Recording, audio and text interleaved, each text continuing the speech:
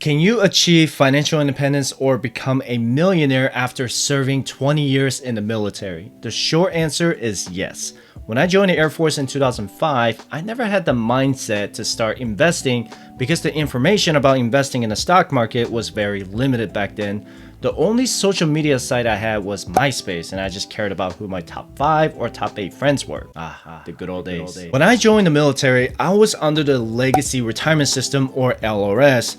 Most people who are still serving or joined the military after 2017 or 2018, they're under or converted to the blended retirement system. I am still in the reserve and under the legacy retirement system.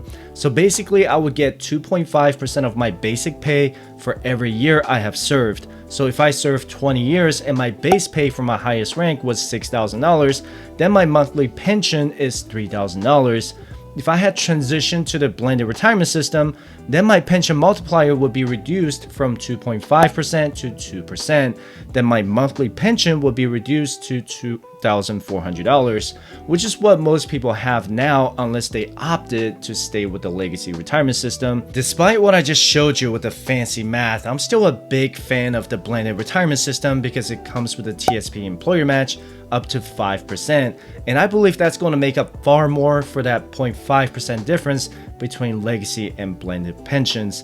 However, if you truly want to retire from the military as a millionaire or be financially independent, you need to have the following accounts in addition to the TSP: a Roth IRA, a taxable brokerage account, and high yield savings account for cash. If you're brand new to my channel, my name is Sai and welcome. So in this video, I'm going to talk about how you can retire after 20 years as an enlisted member of the military and how it's entirely possible to achieve financial independence in your 40s. I will make a video about officers in the future. But if you know anyone who's enlisted, please share this video so they too can start working on their financial independence journey while serving our country. Let's first talk about your TSP. And assuming that you're an E1 living in the dorms with less than 2 years of service, the only pay you're going to get is the basic pay unless you're in a special circumstance where you're allowed to receive BAS, but otherwise you're most likely going to be in the dorms until you're promoted to E4 with 3 years time in service. But it really depends on where you're stationed, so make sure to check the rules with your supervisor. I'm going to use the 2022 military pay tables and show you how much you're saving towards your TSP throughout your 20-year career. Let's assume you joined the military in January 2022 and you're rising to the pay grade of E2 before the end of the year. Keep in mind that this spreadsheet doesn't account for inflation or the annual pay raises. And by the end of your 20-year career, you rise to the pay grade of, let's say, E8. If you only contribute 5% of your basic pay to your TSP for 20 years, with a 5% employer match, by the end of your career, you're going to have roughly $218,000 with an 8% average annual rate of return. If you increase your contribution by 1% every single year for 20 years, you're going to have $418,000. But what does that mean to have $418,000? And many financial experts recommend a 4% withdrawal rate when you're retired and eligible to withdraw from your TSP. If you had $418,000, then the 4% withdrawal rate will be $16,700 per year. You're probably thinking, well, I don't think that's enough. Okay, fair enough. But take a look at what your TSP could do if you stop contributing to it when you're retired. You're eligible to withdraw from your TSP at age 59.5, and if you left the service at 20 years with $418,000 in your TSP and you do nothing to it, by age 60, you're going to have almost $2 million invested in the TSP with an 8% average annual rate of return. This is because your money is going to work for you every year with compound interest at an exponential rate. So at age 60, not only you're going to continue to receive a military pension, but you're going to be able to supplement your income with the TSP. With a 4% withdrawal rate, that's an extra $40,000 a year on top of your pension. Here are some things to keep in mind when it comes to investing in the TSP. Your employer match will always be in pre-tax dollars or the traditional portion of your TSP. And what that means is that you're going to pay taxes on the employer match when you start making withdrawals at age 59.5. Your personal contributions can be in traditional pre-tax dollars or Roth. If you do traditional TSP, then you can lower your taxable income. And if you do Roth TSP, then you contribute your after-tax dollars and allow your money to grow tax-free, and then eventually withdraw from it completely tax-free. You can check out the video about the differences between traditional and Roth, and I will put the link in the description below. If you join the military after January 1st, 2018, TSP automatically invests your money into a life cycle fund appropriate for your retirement age. So if you're going to be 60 years old in the year 2058, then TSP will put your money into the 2060 life cycle fund. If you join before 2018, TSP used to put it automatically into the G fund, which is basically short-term treasury bonds. If you haven't logged into TSP in a while, you should do it today, and let me know in the comment section down below what funds you're investing in currently. And if you want to know more about how to diversify your TSP funds and get to know how target retirement funds work, you should check out this video, and I will put the link in the description below. Just the TSP alone, you're saving a total of 10% of your income with the employer match. At the bare minimum, you should contribute at least 5% every year so you don't leave that free money from your employer on the table. As your income increases, don't be afraid to add an extra 2% or even 3% of your income to TSP. Your time and savings rate are what matters the most, not your stock market return. You're not touching your TSP until you reach your retirement age. So the short-term stock market volatility is just a bump on the road. And the sooner you invest, the better, because your money will grow so much more in 30 years than in 20 years, right? You can also look at the stock market now as a Black Friday sale, so you're basically purchasing TSP funds with a 20% discount. Assuming you retire as an E8 with $70,000 a year in basic pay, your pension would be about $28,000 a year in pre-tax dollars under the BURS. Just keep in mind that you can only contribute to your TSP with your taxable income, and that's why I didn't put BAH or BAS in the spreadsheet, because they're considered non-taxable income. If you get something like special duty pay, like flight pay, demolition pay, parachute pay, or anything else that's taxable, you can also contribute them to your TSP. If your special duty pay is $300 a month and you contribute all of that to your TSP for 20 years, in 40 years, that's over $900,000 after contributing $72,000 total. If you still don't believe me, you can download the TSP spreadsheet for free by visiting firesidechat.com/contact.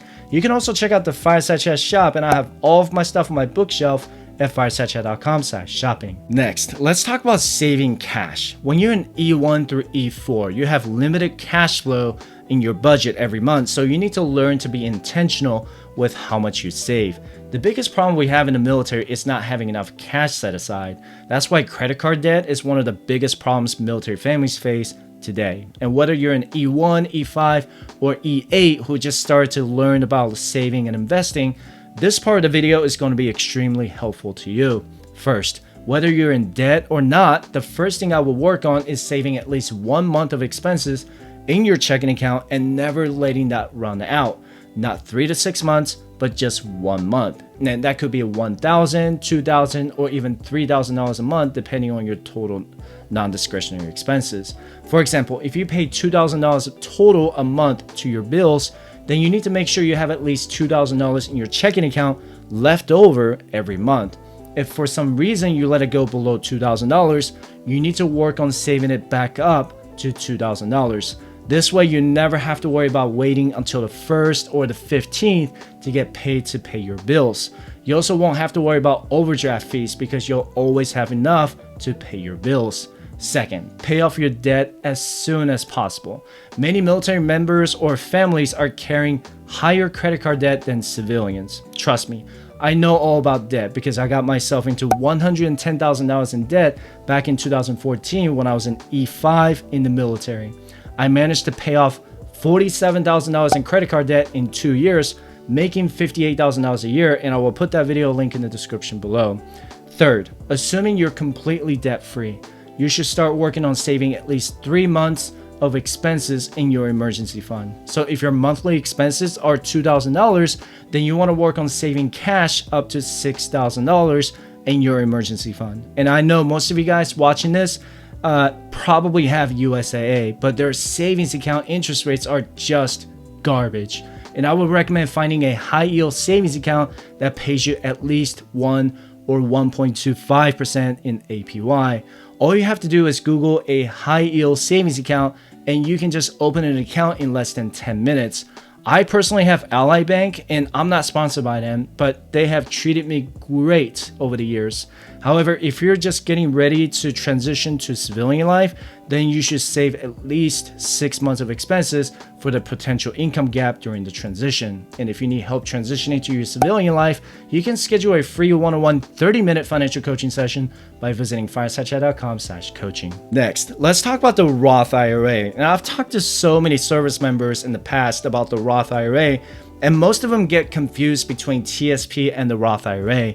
The common misconception is that if you already contribute to TSP, then you cannot contribute to a Roth IRA. That is simply not true. They're completely separate from one another. TSP and IRAs have separate contribution limits, and for the year 2022, you can contribute up to $20,500 in your TSP, not counting your employer match.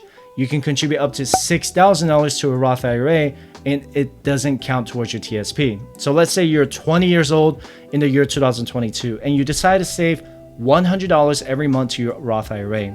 I encourage you to increase your contribution by $100 per month every year. So in 2023, let's say you do exactly that and put $200 a month away to your Roth IRA. By year 5, when you turn 24 years old, if you manage to save $500 a month to your Roth IRA, in 20 years, when you retire from the military, you'll have saved $270,000 with an 8% average annual return. Unlike TSP, you don't have to stop contributing to your Roth IRA when you leave the military. And your Roth IRA is not managed by TSP. You'll have to open it with a separate brokerage account managed by brokers like Vanguard, Schwab, or Fidelity. By the time you turn 59 and a half, you would have roughly 1.5 million tax-free dollars invested in your Roth IRA. And keep in mind that you'll have to contribute to your Roth IRA directly from your bank account and not from your paychecks. If you're deployed to a combat zone, you're essentially getting triple tax advantages with the Roth IRA by not paying any taxes on your contributions. And with the Roth IRA, you'll have more investment options. TSP limits you to CSI, GF, and L funds. With the Roth IRA, you have the options to invest in index funds, ETFs, bonds, individual stocks, and many more. Unlike TSP, the $6,000 you contribute every year can be withdrawn at any time without any penalty. Keep in mind that this is the contribution you can withdraw at any time. You can't withdraw your earnings or interest that accrue until you turn 59 and a half. For example, if you contribute $6,000 this year and your earnings are $1,000, then you can withdraw $6,000 at any time, but you will pay a penalty for the $1,000 in earnings you withdraw before 59 and a half. The best course of action is to not touch your Roth IRA and just let it ride out. I also get questions about whether you should invest in TSP or IRA first. I would contribute at least 5% to TSP because I get another 5% from the employer match. And then I will max out my Roth IRA and then contribute more to my TSP. So basically employer match, Roth, and then max out contributions in that order. Having a Roth account could also reduce your taxes during your retirement. If your pension is, let's say, $30,000 a year and you have a Roth IRA, you won't need to pay any taxes on the Roth IRA withdrawals because they're already tax-free. Another account you should open is a taxable brokerage account. A taxable brokerage account can provide you with flexibility. Since you can't withdraw most of your money from TSP and IRA until you reach 59 and a half, having a taxable brokerage account could provide additional income when you retire from the military at 20 years. Most people I know retire from the military in their 40s or 50s. And if you join at 18, then you're eligible for a military pension at 38 years old. Imagine being able to retire at 38 because it's rare for civilians to be able to collect their pensions until they reach their retirement age. You also don't have any contribution limits for the taxable brokerage account. And if you don't have enough spare change, then I would start with something small like $50 a month. And every year, increase your contribution amount by $50 a month. By the time you retire from the military, you would have $271,000 invested in your taxable brokerage account with an 8% annual return. By age 60, you would have an additional $2 million if you consistently increase your contribution amount by $50 every month. So if I add TSP at $418,000, Roth IRA at $270,000, and the taxable brokerage account at $270,000, that's a total of $958,000, not including inflation, and the cash by the time you retire at 20 years as an enlisted member from the military. The money could easily turn into $1 million as long as you stay committed to investing. You have to be intentional with how much you save and invest. It's not always about the performance of the stock market, but it's about your total savings rate. You can start as small as $50 or $100 a month to your IRA and taxable brokerage account. Increasing your contribution every year is one of your major keys to long-term success. Don't waste your time trying to impress others with things you don't have. If you do this right, you have a great chance of building generational wealth and retiring early in your 40s from the military. Stay debt-free and don't carry over any credit card balances. And if you want to know more about what specific funds to invest inside TSP and Roth IRA, be sure to check out these two videos. So with that said, I appreciate you watching my video. Don't forget to subscribe, and I hope to see you in the next video. Have a good one.